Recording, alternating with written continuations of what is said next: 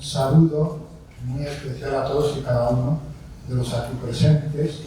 Algunas caras me suenan bastante, de otras menos, pero como si nos hubiéramos conocido de siempre, ¿no? Es para mí una gracia, una satisfacción estar aquí y poder ayudar en conocer un poco más a Fernando Riera.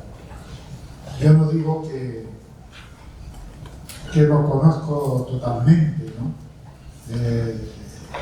Hay muchos que han estado con él y seguramente lo conozcan más que yo, no lo sé, yo no hago una comparación, ¿no? Pero lo que sí es cierto es que yo estoy enamorado del pensamiento de nuestro Padre Fundador. ¿Sabes por qué? Porque defiende a Cristo. Es la defensa de Cristo. Decía Fernando Riera, yo no me he salido del Evangelio. No me he salido del Evangelio. Entonces, ¿qué significa eso? Que Fernando Riera era teólogo, mucho más que teólogo, ¿no? Que está hablando de teología en el sentido tradicional. Alguna vez sí, otra vez. Habla con un nuevo lenguaje. Fernando Riera habla con un nuevo lenguaje, ¿no? Este nuevo lenguaje es la concepción genética del principio de oración, que no es otra cosa, que la Santísima Trinidad, explicada, ahora se ve mejor, ¿no? Bien. Explicada en términos que se puedan entender lo mejor posible. Ya sabemos que la Trinidad es un misterio, ¿no? Pero un misterio no significa que no pueda de alguna manera entenderse, sino que por mucho que penetremos, por mucho que pensemos, vayamos más adelante, nunca podremos abarcarlo absolutamente. Eso es un misterio. Es una apertura al infinito, ¿no? No es una cosa que te ponen en la visión de tal forma que ya no se puede ver más. Siempre se puede ver más, pero un misterio. Un misterio es eminentemente dinámico, ¿no? Bueno, pues a mí me parece que el pensamiento de Fernando Riera es esto, ¿no? Como una especie de misterio, pero un misterio dinámico que lo vamos conociendo cada vez más, porque este conocimiento nos lleva realmente a Cristo como el metafísico por excelencia, ¿no? El metafísico por excelencia. El psicólogo, hay aquí psicólogo por excelencia, el pedagogo por excelencia, y así sucesivamente, ¿no? Pero todo esto que estoy diciendo no es una teoría, no es, qué sé yo, pues algo devocional, ¿no? Es algo verdaderamente real. De Cristo dice Fernando Riera que no se ha dicho todo lo que es Él, ¿no? No se ha predicado el sentido que Cristo tiene, por ejemplo, de lo que es la metafísica, lo que es la pedagogía, lo que es la ciencia, lo que es todo aquello que hace el ser humano está integrado en la naturaleza humana de Cristo, porque la naturaleza humana de Cristo, ¿no?, la asume su persona divina. Por tanto, la infinitud de la persona de Cristo está ahí, proyectada en su naturaleza humana, y eso es lo que nos hace ver, nos revela la intimidad divina. Esto es grande, nos revela la intimidad divina. Y esa intimidad divina, claro, la teología católica, la teología de las demás religiones, están hablando de una forma, digamos, oficial, ¿no?, que de alguna manera se encierra en sí mismo. No. Antes les decía a unos amigos aquí presentes que de Cristo se ha hablado muy poco. Y les decía, el Papa actual, el Papa Francisco, a mí me encanta, precisamente porque nos está haciendo pensar, salir de nosotros mismos, salir del dogma, no negar el dogma, el Papa no niega el dogma, ni mucho menos, sino es salir del dogma para ir más allá, porque eso es lo que está diciendo y pidiendo el dogma, que vaya más allá, porque es la apertura al infinito, ¿no? Bueno, pues no sé si ustedes quieren hacer una pregunta, porque según lo que ustedes me digan, pues yo puedo hablar humildemente, por supuesto, ¿no? No quiero dar ninguna lección por imposición, o qué sé yo, o creer que yo estoy en la verdad, ¿no? Todos los que estamos aquí estamos en la verdad, ¿no? Pero no en la verdad completa, sino abiertos a la verdad. Bueno, pues yo me considero simplemente un misionero, un sacerdote, un profesor abierto a la verdad y por tanto a todo lo que puedan decirme, escuchar a los demás, porque efectivamente todos estamos participando de la verdad de un modo o de otro. Bueno, pues les dejo a ustedes la palabra, que hagan alguna pregunta. ¿Sí? Tengo unas dudas. Siempre me... Yo tengo muchas. Pero bueno, aquí estamos justamente para zafarnos de este tipo de cosas, ¿no? Primero, desde el punto de vista científico, la verdad tal vez puede ser media diferente según el análisis que se hace. Por ejemplo, para un grupo en Estados Unidos puede ser diferente a la conclusión que llegaron a un estudio técnico, mientras que aquí en Ecuador es completamente una realidad diferente. Como un ejemplo, las ciprofloxacina son medicamentos que se utilizan como antibióticos para las infecciones urinarias. Este medicamento en Europa tiene efectos a nivel de las articulaciones, pero aquí en Ecuador no. Entonces, ¿cuál es la verdad, diría yo? Entre lo que dice desde un punto de vista filosófico, diría, entonces, ¿quién tiene la razón? ¿Ecuador o Europa? Bueno, Fernando Arriero distingue ciencias experimentales y ciencias experienciales, ¿no? Cada una tiene su metodología, ¿no? Las ciencias experimentales tienen como método la matemática, ¿no? Con la técnica y el experimento, ¿no? Mientras que las ciencias experienciales tienen como lenguaje la metafísica, ¿no? Y las vivencias, ¿no?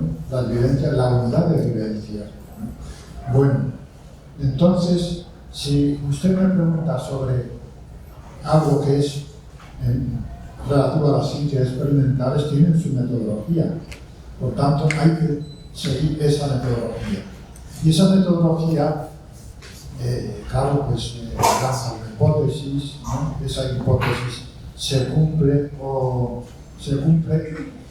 bajo un aspecto determinado, pero no satisface a otros científicos, lanzan otra hipótesis y así sucesivamente. Las ciencias experimentales se manifiestan de este modo, ¿no?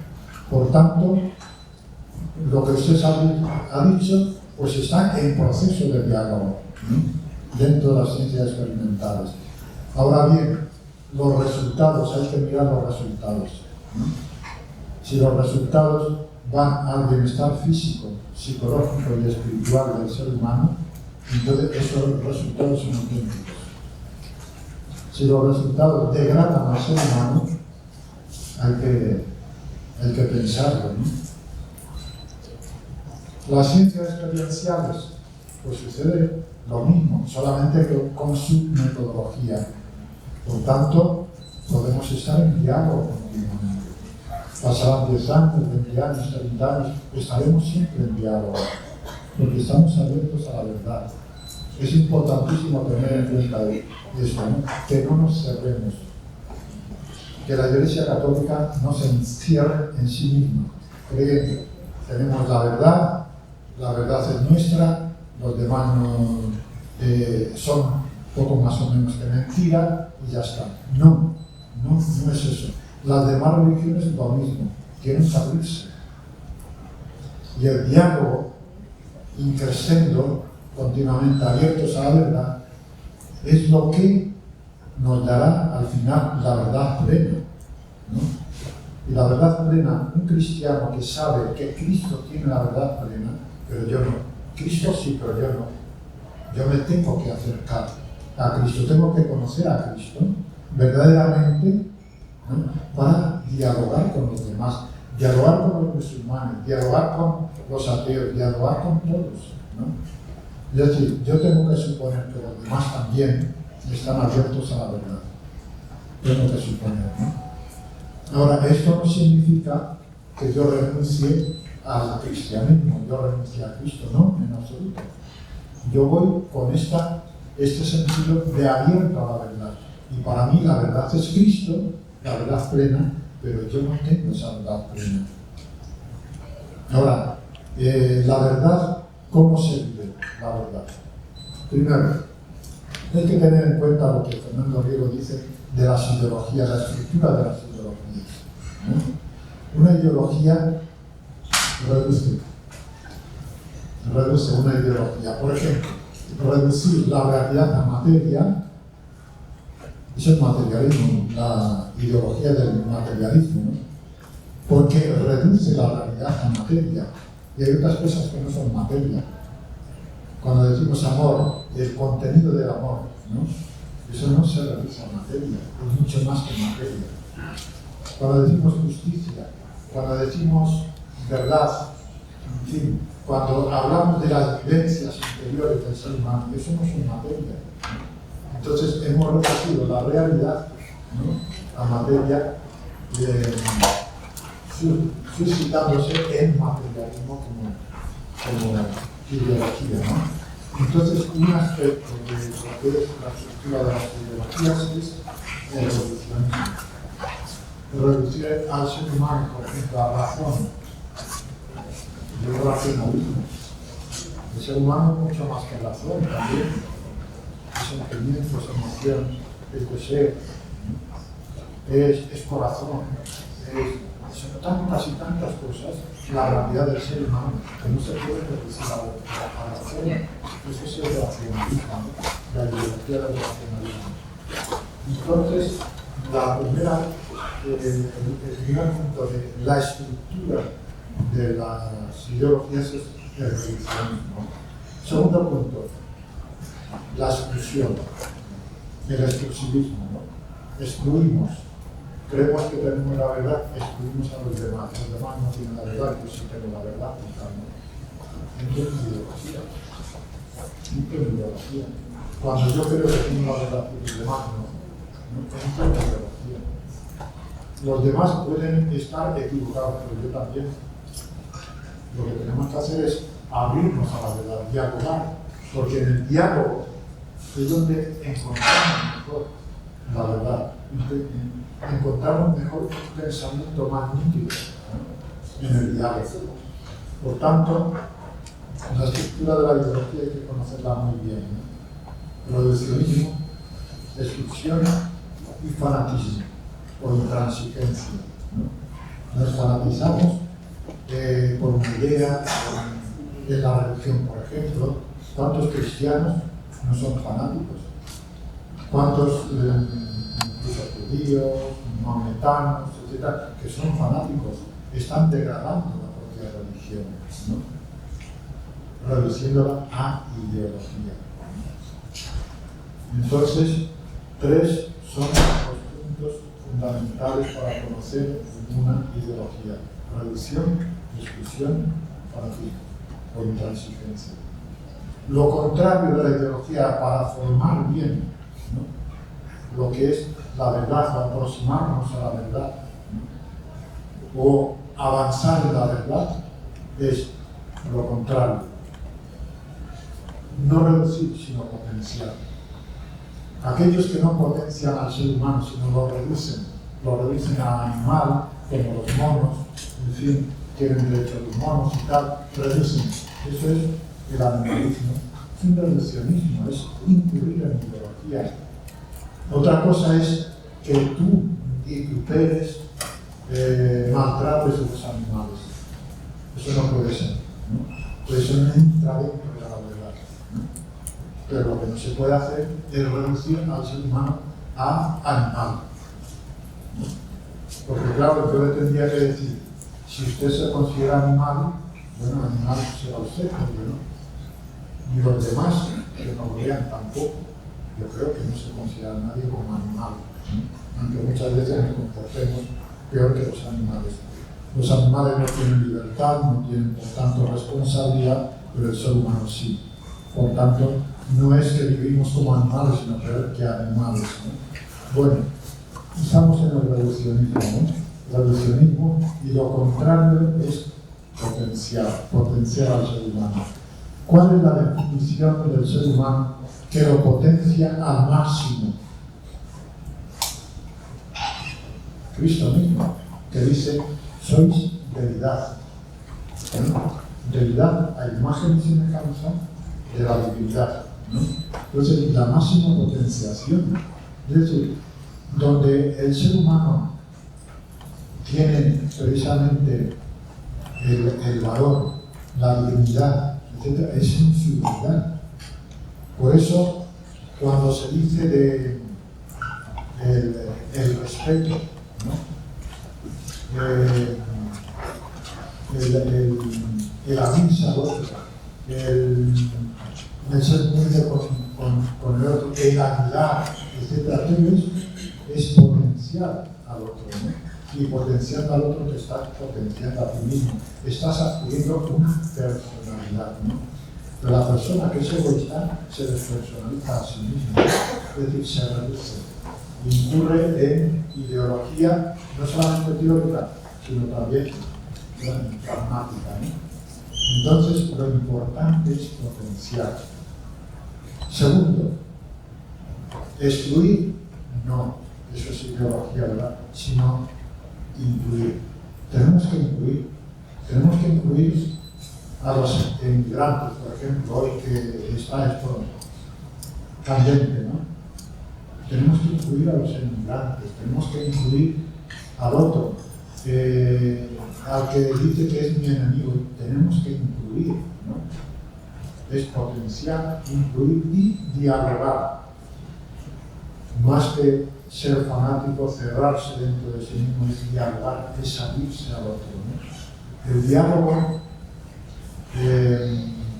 hablamos muchísimo de diálogo, pero es un diálogo deforme, un diálogo en el que yo, ¿no?, intento hablar con el otro para que el otro me dé razón de lo que yo digo, de lo que yo pienso, ¿no?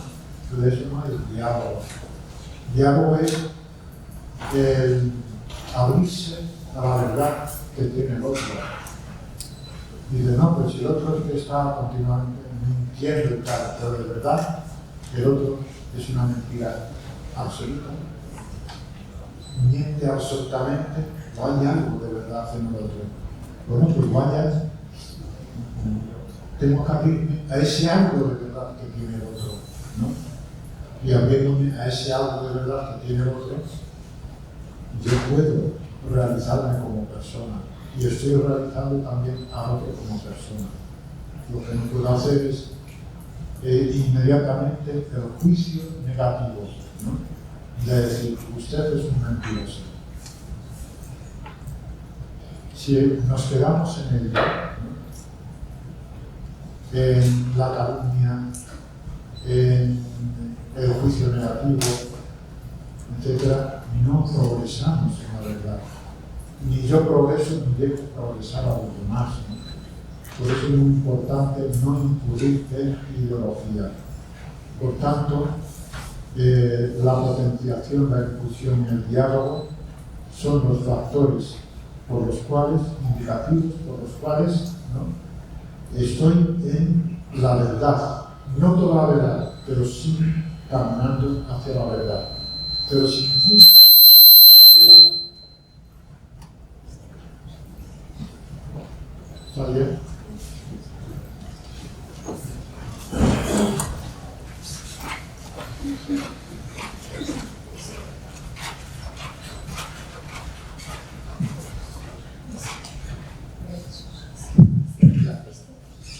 Si incurro en ideología, me estoy separando de la verdad. Me estoy separando de la verdad. No absolutamente, por supuesto, no absolutamente. Por eso nos tenemos que respetar, ¿no? Porque cuando una persona hace mal, por supuesto hay que admitir que eso está mal, ¿no? Pero no que la persona es mala en sí misma. Esa persona, a pesar de que hace mal, se puede arrepentir, puede cambiar. Y yo lo que tengo que hacer es facilitar a esa persona, si yo pienso que está haciendo mal, ¿no?, es facilitar a esa persona para que se arrepienta, que progrese, etc., ¿no? Teniendo en cuenta que si yo voy creyendo que tengo la verdad absoluta, ¿no?, la otra persona me va a rechazar, por supuesto, ¿no? Yo no puedo ir con la verdad absoluta, tengo que ir como amigo, como persona, como hermano, como alguien que necesita también de él, ¿no? Necesitamos de los demás.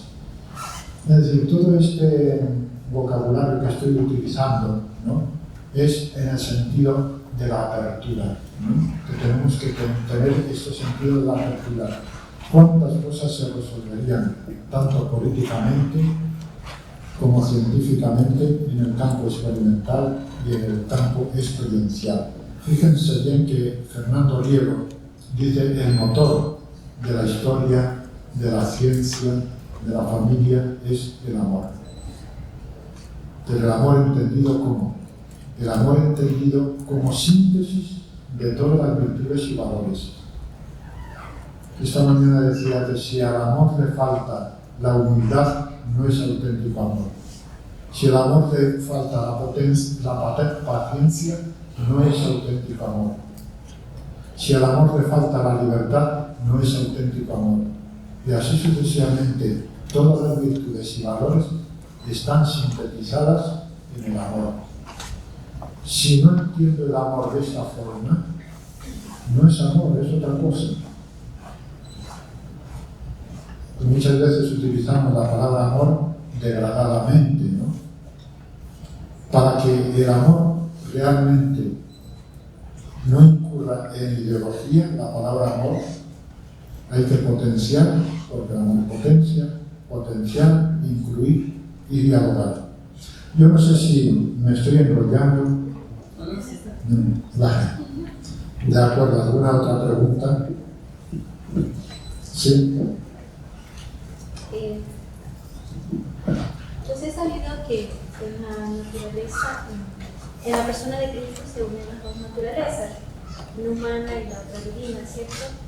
Entonces, un poco quería saber el pensamiento de Fernando Riego con respecto a esto, porque cuando uno se pone a leer, pues muchas veces desde cuando Jesús, en la persona de Jesús, predomina ¿cuál naturaleza? ¿La humana o la divina? Porque para mí es como que si la divina se somete a la naturaleza humana cuando él es pequeño, ¿no? Pero luego cuando va creciendo, ¿cómo actúan las dos en esa misma persona? De hecho, leía que cuando los pequeños se presentan ante los maestros de la ley y les dice, cuando llegan sus padres le dicen, estoy ocupándome de las cosas de mi padre. Sin embargo, cuando él es adulto, en el momento de su crucifixión le dice, Señor, ¿por qué me has abandonado? Padre, ¿por qué me has abandonado? Entonces es como que un poco me quería saber su Muchas gracias. Es muy interesante lo que usted me ha dicho, muy interesante, ¿no? Decir, Cristo es persona divina, ¿no? Es persona divina, lo mismo que el Padre, lo mismo que el Espíritu Santo. Son tres personas divinas realmente distintas, ¿no? Constituyendo la unidad absoluta, el concepto Dios, ¿no? Dios. El Padre es Dios, el Hijo es Dios y el Espíritu Santo es Dios. Bien, constituye la naturaleza divina. Las tres personas divinas constituyen única naturaleza divina. Pues esa única naturaleza divina, ¿no? La participa Cristo, igual que el Padre, igual que el Espíritu Santo.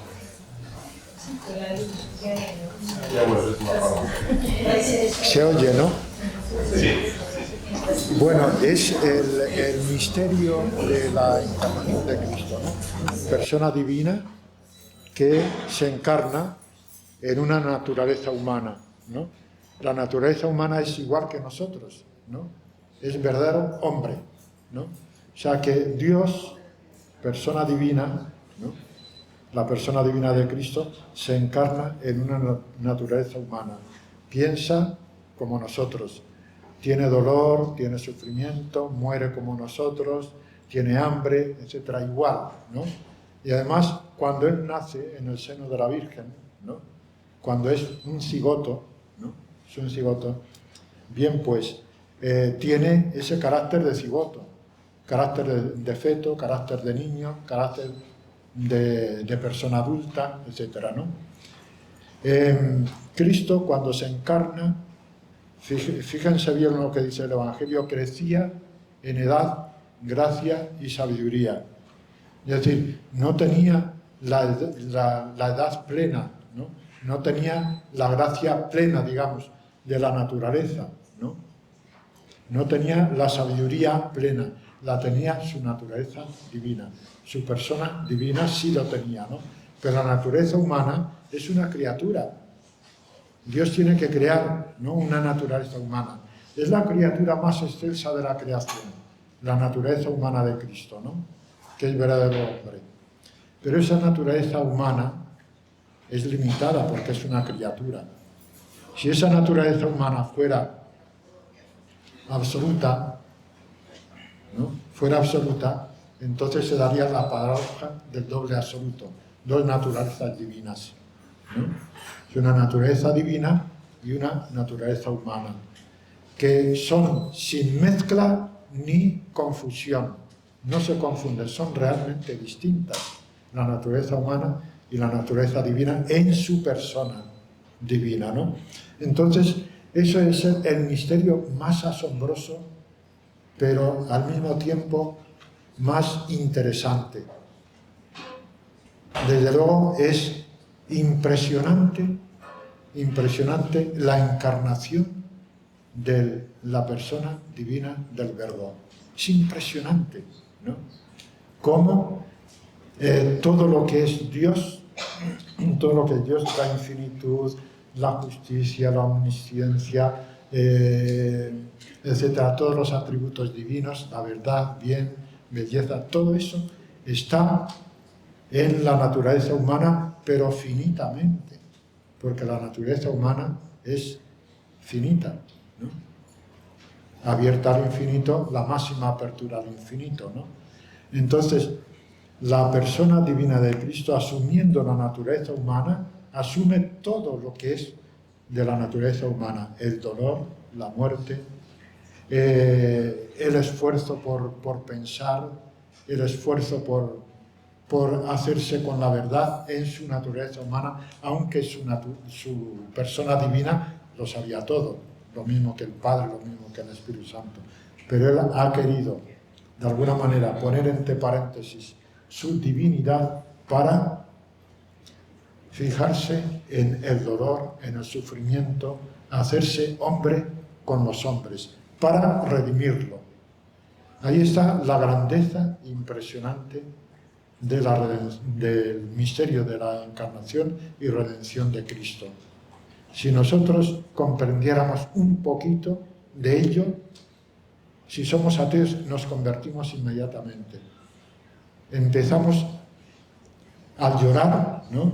Y no paramos de llorar por la misericordia y el amor divino, como ha sucedido con ateos y agnósticos convertidos, ¿no? La conversión les ha producido eso, un llanto enorme, ¿no? Un llanto de horas incluso, ¿no? Por la conversión, porque han entendido lo que es la encarnación de Cristo, lo que es Cristo mismo, ¿no? Y claro, ¿por qué no lo vamos a entender nosotros? Necesitamos una gracia inmensa de la conversión para entender esto. No. Lo podemos entender dialogando entre nosotros, intentando vivir, ¿no?, esto que Cristo nos está diciendo en el Evangelio para acercarnos, ¿no?, y unirnos a Él, ¿no?, que son los valores, las virtudes y los valores. Y todo lo que nos enseña Cristo nos lo enseña desde su condición de metafísico por excelencia, porque Él es la verdad, ¿no? Yo soy la verdad y la vida, el camino, la verdad y la vida. Por tanto, es el metafísico por excelencia. Y no, qué sé yo, pues simplemente es el Redentor, Dios, hermano nuestro. Incurrimos en una devoción, ¿no?, que está muy bien, ¿no?, que incurramos en todas las devociones que queramos, pero es mucho más que eso. Cristo es mucho más que una devoción, ¿no? El ponerme de rodillas físicamente, bueno, es un signo físico, ¿no? Pero más bien hay que arrodillar nuestro corazón, es decir, ser humildes. Aprended de mí que soy manso y humilde, dice Cristo, ¿no? Entonces, aprender esa humildad de Cristo, que es arrodillar mi corazón y no ser prepotente, ¿no?, un saberlo todo, etc., es lo que nos acerca a la verdad de Cristo, es lo que nos une a Cristo y es lo que nos hace experienciar esa verdad de Cristo. La humildad, como dice Santa Teresa, es estar en verdad. La humildad es estar en verdad. La humildad no es ponerse de rodillas, ni inclinar la cabeza, ni cosas por el estilo. Esos son signos simplemente, ¿no?, que puedo no realizarlos y ser igualmente humildes, ¿no? Bien, no sé si me he separado un poco del tema, pero la naturaleza humana y la naturaleza divina están unidas en la persona divina del Verbo, ¿no?, en la persona divina. Pero es que les voy a decir más. Nosotros también tenemos dos naturalezas, a imagen y semejanza de Cristo. Naturaleza humana, un espíritu psicosomatizado, como lo tenía Cristo, y naturaleza deitática, no divina.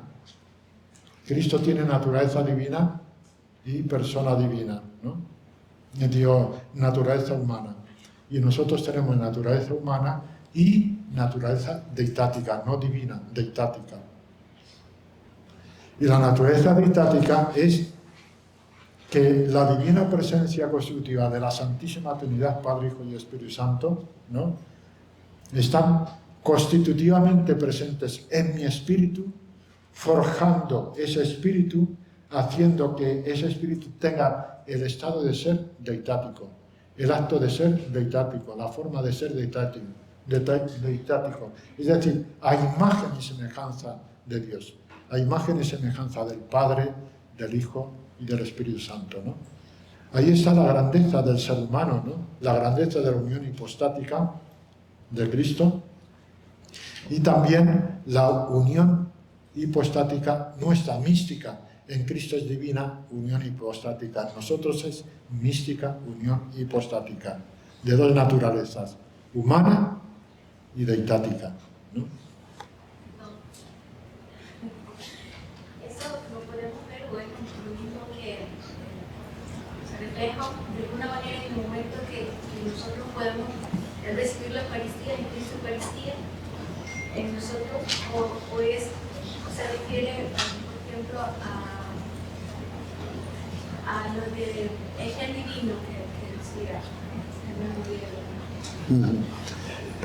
El ser divino ya sabemos que es la infinitud, infinito, el absoluto, es el ser divino, ¿no? Nosotros místicamente somos finitos, abiertos al infinito.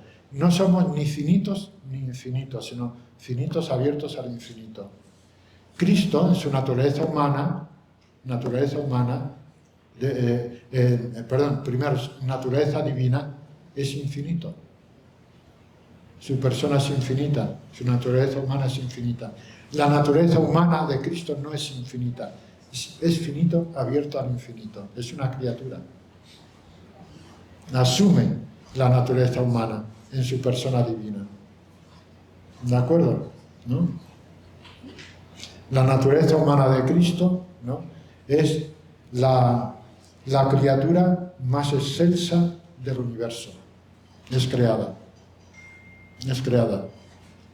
Lo mismo que nosotros somos creados, ¿no? Entonces la persona divina de Cristo asume la naturaleza divina y la naturaleza humana. Ahí está el gran misterio. Y nos hace entender Cristo con esta encarnación, ¿no?, el misterio de la redención, que somos redimidos, ¿no?, que nos estamos mostrando la misericordia divina, la justicia y la misericordia. Fíjense que la justicia muchas veces lo entendemos como castigo. Si hemos hecho mal, castigo, ¿no? La justicia es sinónimo de santidad, de perfección, ¿no? Dios es justo, Dios es santo, ¿no? Entonces, la justicia divina es misericordia. Misericordia. El réprobo no quiere recibir la misericordia divina. Al no querer recibir la misericordia divina, se condena a sí mismo. Dios no condena, se condena a sí mismo. Es decir, no quiere recibir la misericordia, no quiere recibir la justicia divina, sino ser él la pseudo misericordia, la pseudo justicia, quiere ser él todo. Eso es la característica del réprobo. Y hay muchos de nosotros que algunas veces se manifiesta algo de esto, ¿no? Esto no es verdad esto, ¿no? Cuando mentimos, cuando degradamos la verdad, degradamos la bondad, degradamos la justicia, entonces nos sentimos mal. ¿Qué es sentirse mal? Tenemos experiencia, ¿no?, de sentirnos mal cuando hacemos el mal. Que estamos acercándonos a lo contrario de lo que es Dios, el réprobo, ¿no? ¿De acuerdo? Entonces la naturaleza humana de Cristo nos viene a revelar toda la misericordia que Dios tiene con el ser humano. Nos viene a revelar toda la sabiduría que Dios es revelada al ser humano. Es decir, nos revela la intimidad divina de un Padre, Dios como Padre, ¿no? Y además la forma de tratar a ese Dios con el Abba, ¿no?, que es papaíto. Es decir, más cercanía con Dios que Cristo nos ha enseñado a tener, no hay en ninguna otra religión esta cercanía, sino es Dios que está allá, yo que estoy aquí, pobre criatura y tal, con miedo a que sea castigado. ¿Qué va? Cristo es todo lo contrario. Cristo nos viene a traer un Dios, un Padre celeste, ¿no?, que nos ama inmensamente y que es misericordioso. Nos ha venido a revelar Él mismo: aprended de mí que soy manso y humilde de corazón. Por tanto, si nosotros somos igual que Cristo, mansos y humildes de corazón, entenderemos todo esto. Es una verdad abierta a la verdad absoluta. Participamos de esta verdad absoluta, ¿no? Bueno, podríamos seguir así, ¿no? Pero vamos a dar paso a otras preguntas y... ¿Se entiende esto? De acuerdo. Pues adelante. Entendemos, pero no absolutamente, ¿eh? Si alguno tiene alguna duda o lo que sea, perfecto, no hay ningún problema. No hay ningún problema. Las dudas, las preguntas y tal, es algo connatural que tenemos que compartir entre nosotros. Y nadie se puede extrañar de una duda que pueda tener el otro. ¿Sí? Referente a... Bueno, yo he recibido en toda mi vida el tema del catecismo, ¿no? Pero para mí es bastante nuevo comenzar a relacionar términos que los leí en el libro de Fernando Rielo, la antropología mística, por ejemplo, la metafísica, el mismo término de la antropología y luego el modelo que propone. ¿De dónde nace todo esto de Fernando Rielo? Para hacer una relación entre la ciencia, digo yo, no sé si me estoy equivocando, y la propia, y el ser absoluto, ¿no? Pues se lo voy a decir. Primero él nació ya en una familia cristiana, se bautizó, en fin, y todo esto, ¿no? Pero la experiencia suya fue un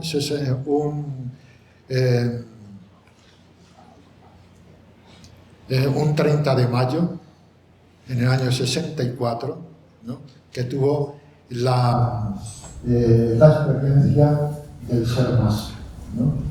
En esa experiencia del ser más, que muchos de ustedes seguramente que conocen, es donde él entendió todo lo que era, ¿no? Humanamente hablando y como él pudo captarlo, ¿no? Lo que es Dios, lo que es Cristo, lo que es el Espíritu Santo, ¿no? Entendió experiencialmente, ¿no? Vivió experiencialmente. Por eso dice, yo sé cuál es la voz del Padre, cuál es la voz del Hijo, cuál es la voz del Espíritu Santo, ¿no? Es decir, en ese ser más que el Padre le revela cuando, después de una operación a vida o muerte, estaba en convalecencia con unos dolores espantosos, no podía dormir y a las 5 de la mañana se lanzó a la calle, vivía con su familia en Madrid, ¿no? Y fue al retiro, y en el Parque del Oeste ya se sentó en un banco, ya, en fin, creía que se moría, y entonces dice, yo soy absolutamente nada, no soy nada, tú eres el ser, yo la nada, ¿no? Y entonces oyó la locución del Padre que dice, soy más, yo soy más. Bueno, pues en ese yo soy más, Fernando Rielo entendió lo que iba a ser la escuela idente, entendió lo que iba a ser su pensamiento, lo entendió perfectamente todo, ¿no?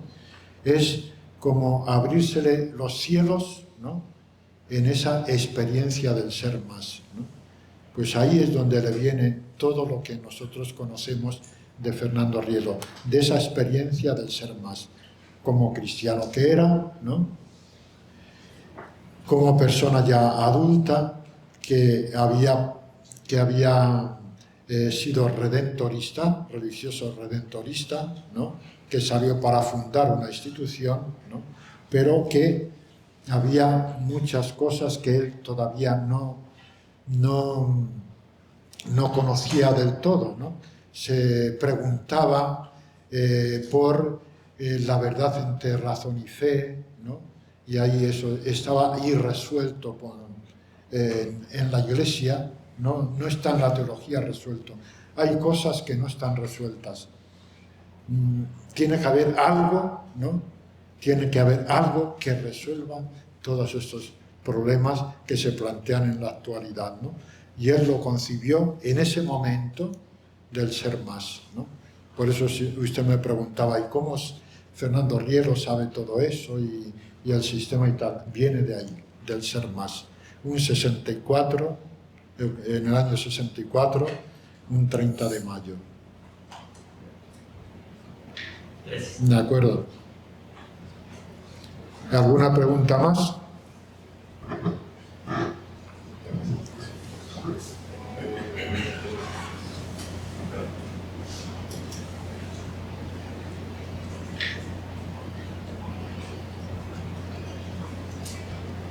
Sí. Bueno, antes hablábamos de las personas divinas, ¿cierto? De las personas humanas, aunque suena un poco redundante. También están las personas angélicas. Entonces, ¿qué hace a la persona ser persona? La divina presencia constitutiva. Fíjate bien. Nosotros somos un espíritu psicosomatizado, ¿no? Un espíritu psicosomatizado. Pero ¿por qué somos espíritus psicosomatizados y por qué sucede eso, no? Fíjese bien en el momento de la concepción. El momento de la concepción en el cigoto, lo que hay es un psicosoma. Un psicosoma, ¿no? En el momento de la concepción, un psicosoma homínido. Para que ese psicosoma homínido sea persona, ¿qué es lo que se necesita? Que la divina presencia, que está en todo, ¿no? En la materia, con su action distance, en los vivientes no personales, con su divina presencia reverberativa, ¿no?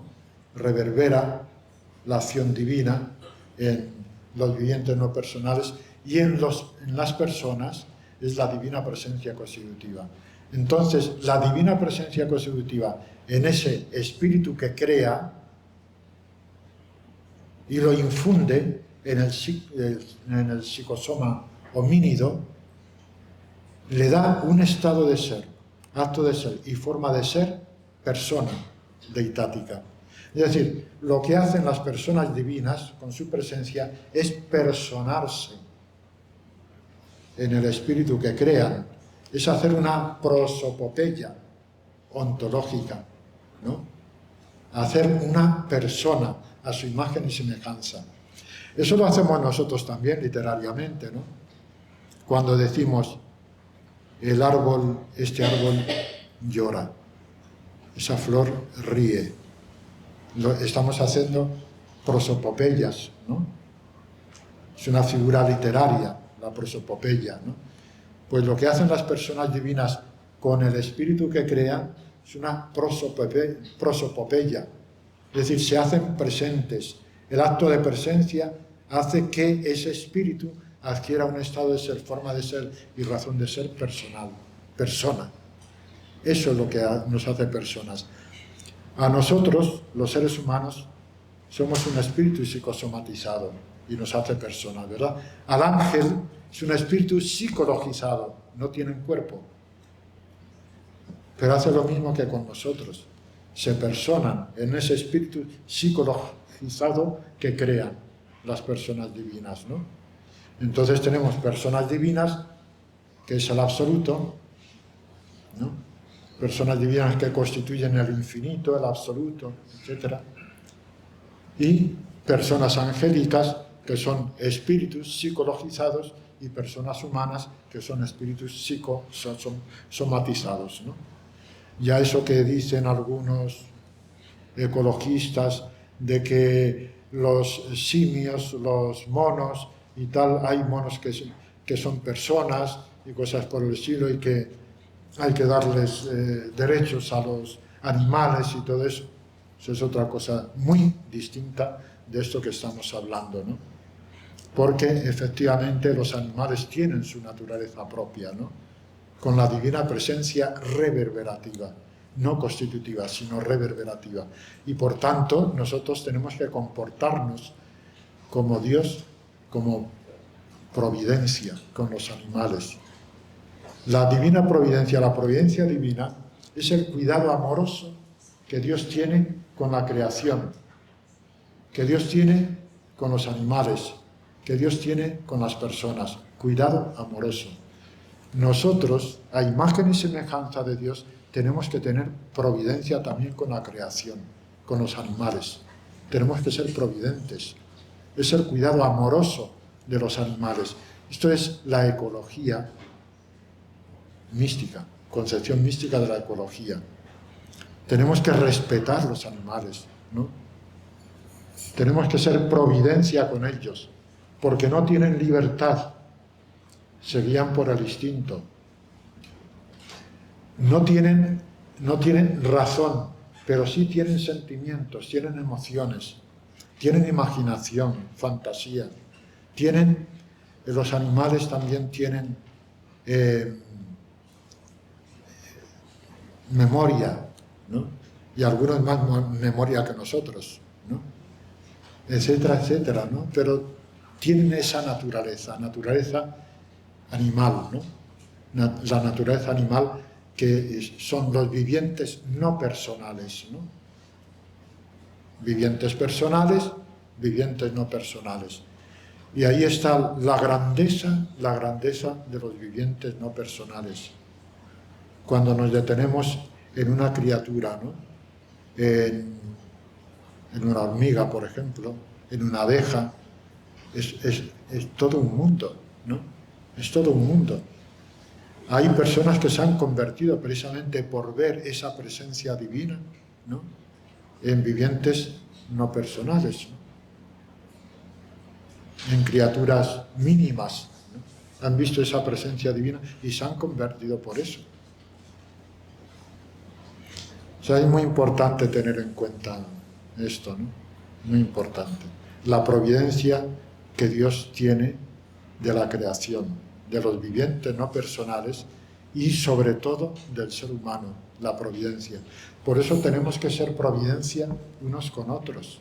Lo primero, por supuesto con los animales y eso, llegará el momento ese, ¿no? Pero primero entre nosotros tenemos que ser providencia unos con otros. Fijaos bien, o fíjense bien que Cristo dice acerca de la providencia divina que ni un cabello de nuestra cabeza se nos cae sin su consentimiento. Eso quiere decir que la providencia es total, que está presente constitutivamente en nosotros.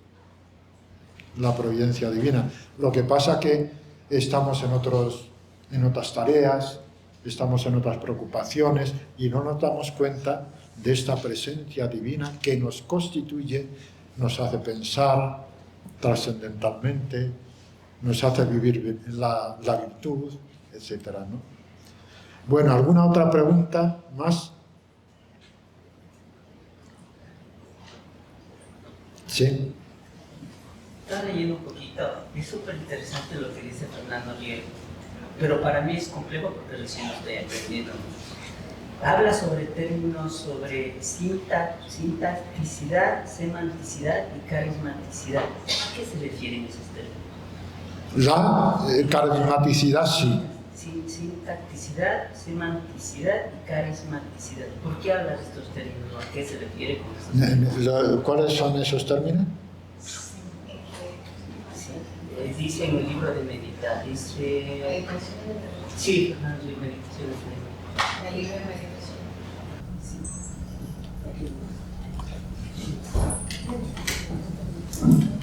Es que el primero que tiene que entender la pregunta soy yo, ¿no?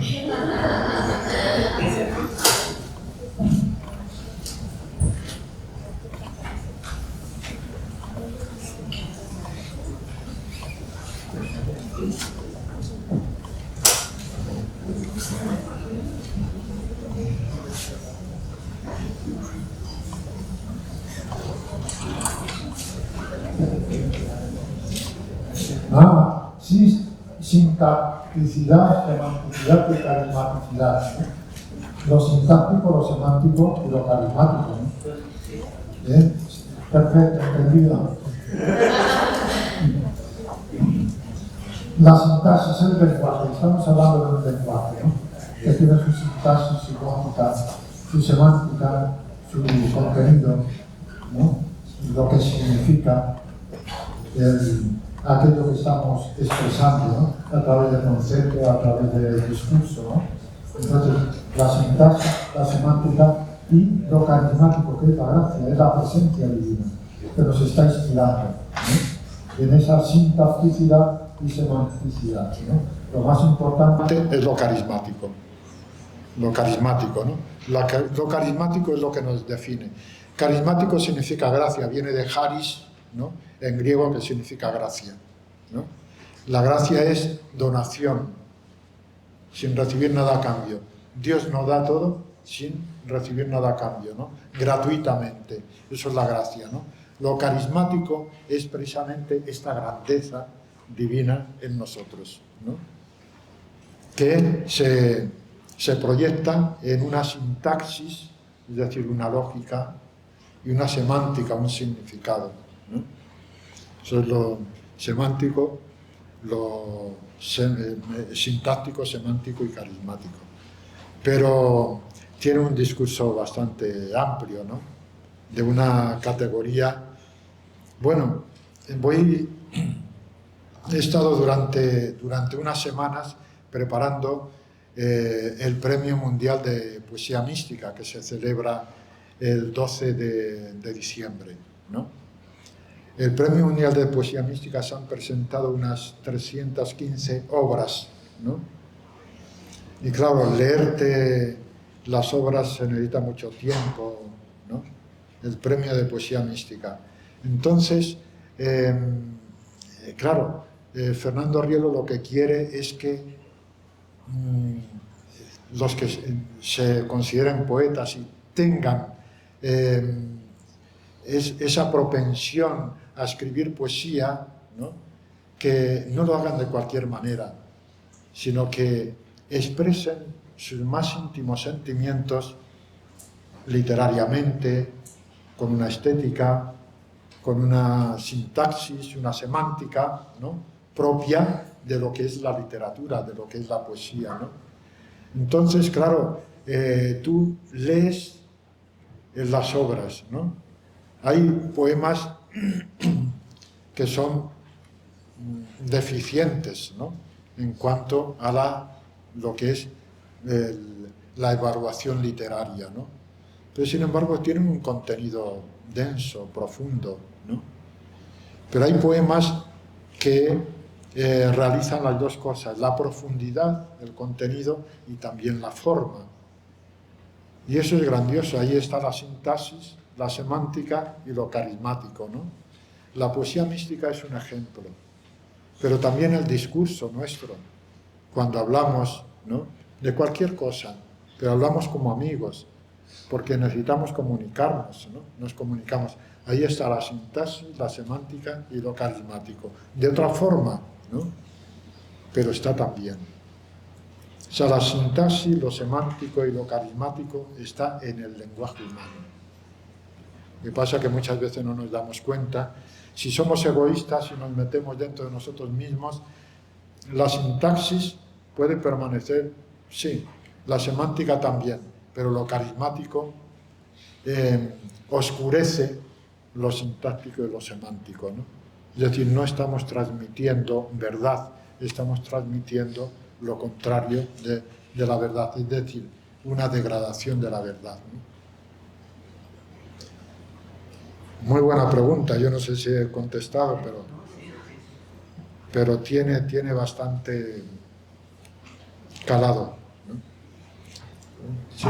Sí, doctor, una pregunta más, si es que viene al caso, sobre la constitución del Espíritu Santo, que en sus propias palabras que nos podría contar, porque han existido cismas bastante importantes en la Iglesia. Uno de ellos fue el gran cisma de 1054, que ahí, bueno, se separara prácticamente Occidente y Oriente, ¿no? Serían los ortodoxos, los católicos romanos. ¿Por qué fue tan fuerte, digamos, este debate, a tal punto que han pasado los años, los siglos, y esta situación sigue dándose? ¿qué tanto afecta la percepción también de la persona, ¿no? del ser humano, esta clase de entendimiento de esta constitución? Y porque ha sido pues, tan insalvable a lo largo de los siglos pues, este tema, ¿no? Eso. Claro, el Espíritu Santo está lo que dice Cristo en el Evangelio, el pecado contra el Espíritu Santo, ¿no? El pecado contra el Espíritu Santo tenemos que conocer que es la negación total de la gracia. Yo me niego totalmente a la gracia. Eso es el pecado contra el Espíritu Santo, ¿no? Entonces, veamos lo contrario del pecado contra el Espíritu Santo. Y eso será algo de lo que yo puedo percibir experiencialmente del Espíritu Santo, ¿no? Lo contrario del pecado contra el Espíritu Santo, negarme a la gracia, es todo lo contrario. Es decir, apertura a la gracia. Apertura a la gracia. La apertura a la gracia es una característica propia de la generosidad, del amor.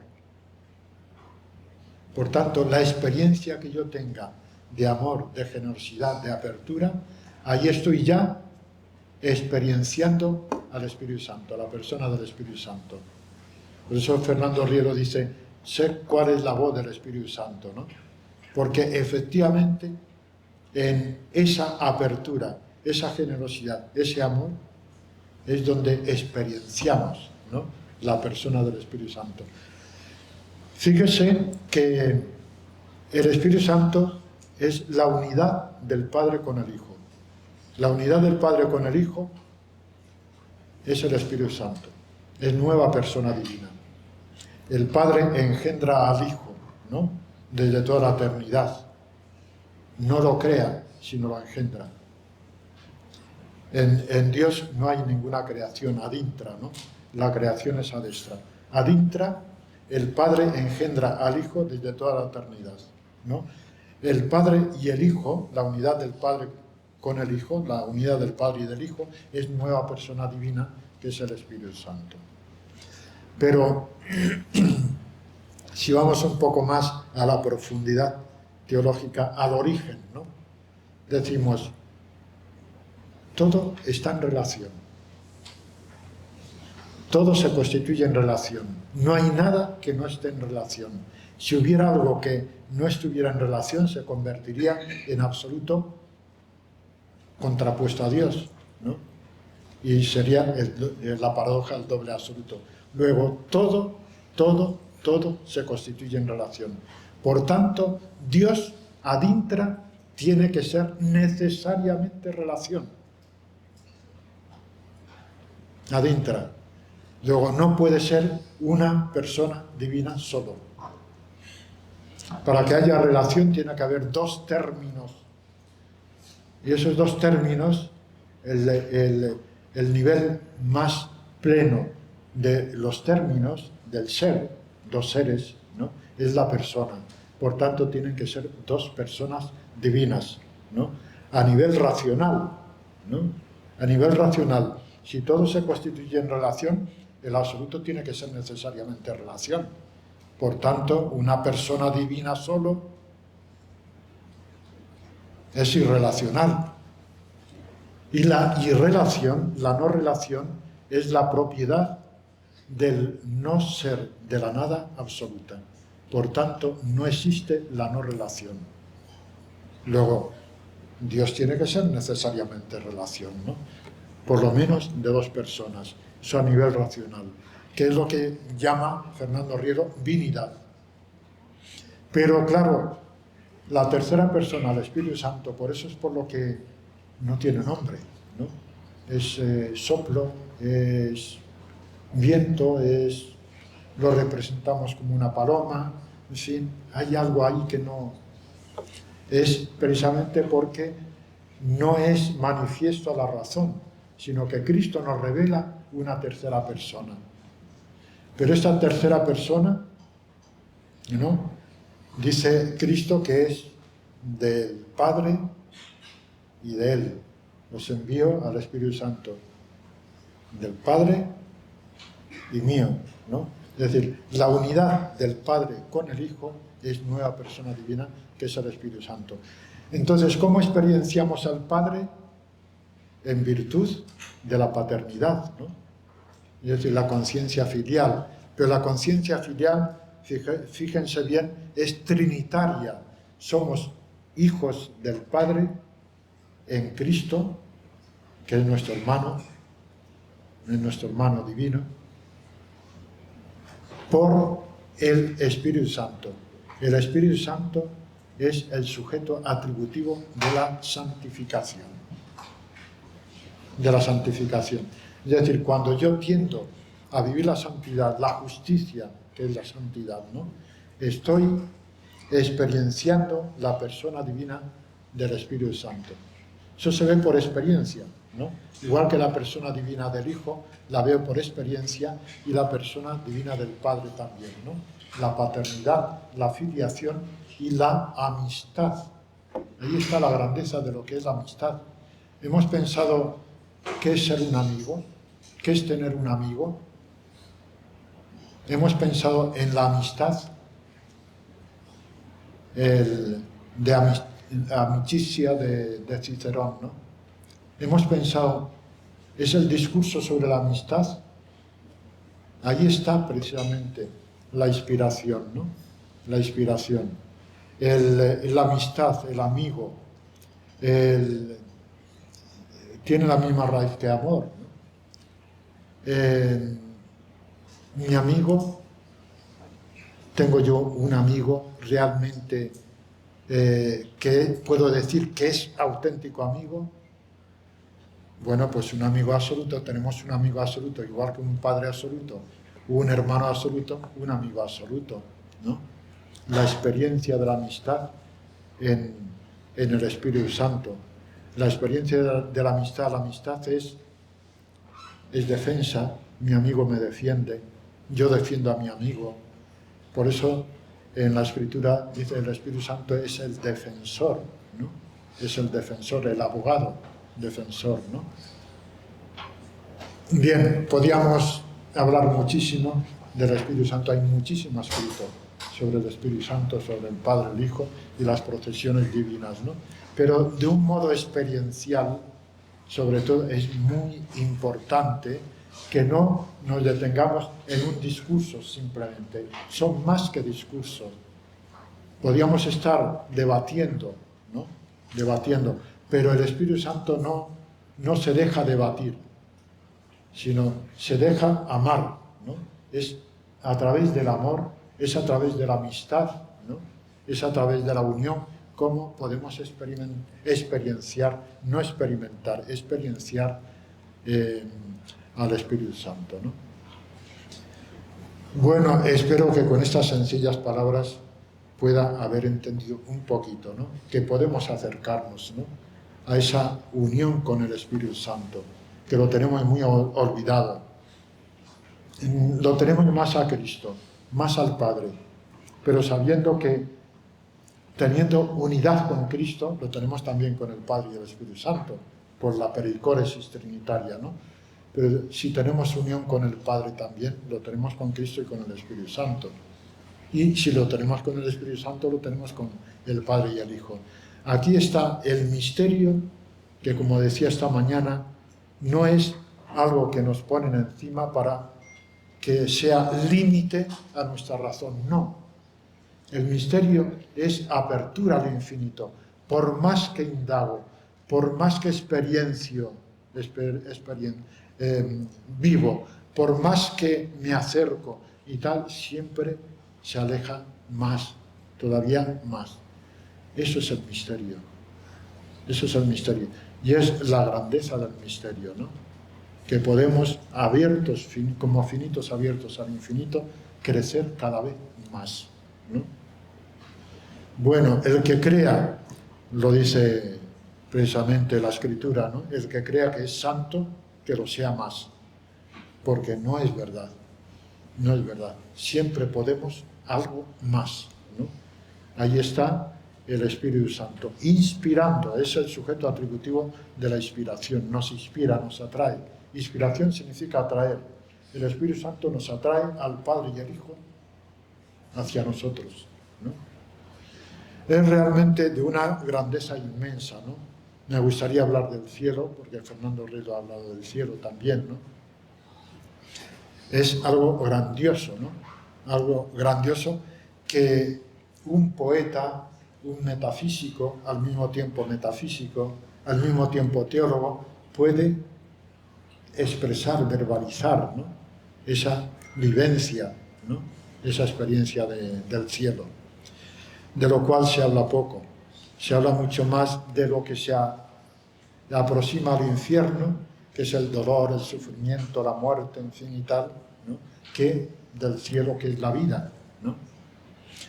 El dolor, el sufrimiento y la muerte Cristo la ha transformado en material, digamos así, celeste. Cuanto más sufrimiento hayamos pasado en esta vida, más mérito. Porque Cristo lo que hace con su redención es elevar el sufrimiento, la muerte, ¿no? Y toda la desgracia del ser humano al ámbito sobrenatural. Lo eleva al ámbito sobrenatural. Solamente tenemos que tener la intención y la disposición, nada más. Ahí está la grandeza, ¿no? De cómo Cristo resuelve el problema del dolor y del sufrimiento, que no lo resuelve la materia, el materialismo, no lo resuelve ninguna filosofía, solamente Cristo. Pero esto es ya otra conferencia. Si tienen ustedes criterio de credibilidad, ¿no? Y estos 3 libros de apologética forense, ahí Fernando Rielo desarrolla muy bien, ¿no? Pero no es para repetir eso, sino para hacer reflexiones y crear reflexiones, ¿no? Para ayudar a los demás a entender esta grandeza de lo que somos, de lo que Dios es y de lo que es también el ser humano y de lo que es la creación y por tanto los vivientes no personales, los animales, las plantas, etcétera, ¿no? Hoy día que se habla tanto de la defensa de los animales, etcétera, ¿no? Pero defensa, pero entendido bien. Una visión bien formada de lo que es la defensa de los animales. Porque hay una deformidad, ¿no? En esa visión. Y Cristo es precisamente la referencia, el modelo que nos da una visión bien formada. Entonces, bueno, ¿alguna pregunta más?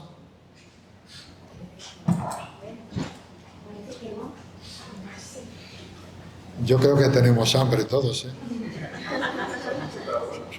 Justamente eso estaba pensando, ¿no? Cuando nos invitan a comer siempre dicen que hay que quedarse con un poquito de hambre para volver.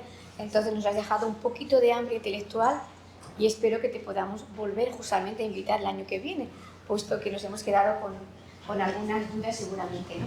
Entonces, pero como dije antes, con esta bonito conversatorio terminamos nuestro año de la Cátedra de Fernando Rielo, que volveremos en febrero o en enero, depende si podemos en enero empezar. Entonces, muchísimas gracias y te invitamos para el año que viene. No sé en qué fecha, pero estás invitado. Y todos están invitados al Congreso de Metafísica, que a lo mejor lo puedes tú explicar. El Congreso de Metafísica que será en agosto. El Congreso de Metafísica será el año que viene, que es el año del jubileo, en el mes de octubre, de noviembre, perdón, del 3 al 6 de noviembre. Pero ya tendrán ustedes información por si alguien de ustedes quiere participar en el Congreso. Muy bien. O sea, que anímense a escribir para participar en el Congreso en noviembre en Roma. Pues muchísimas gracias, José María López, y hasta pronto. Te aplaudimos, ¿eh?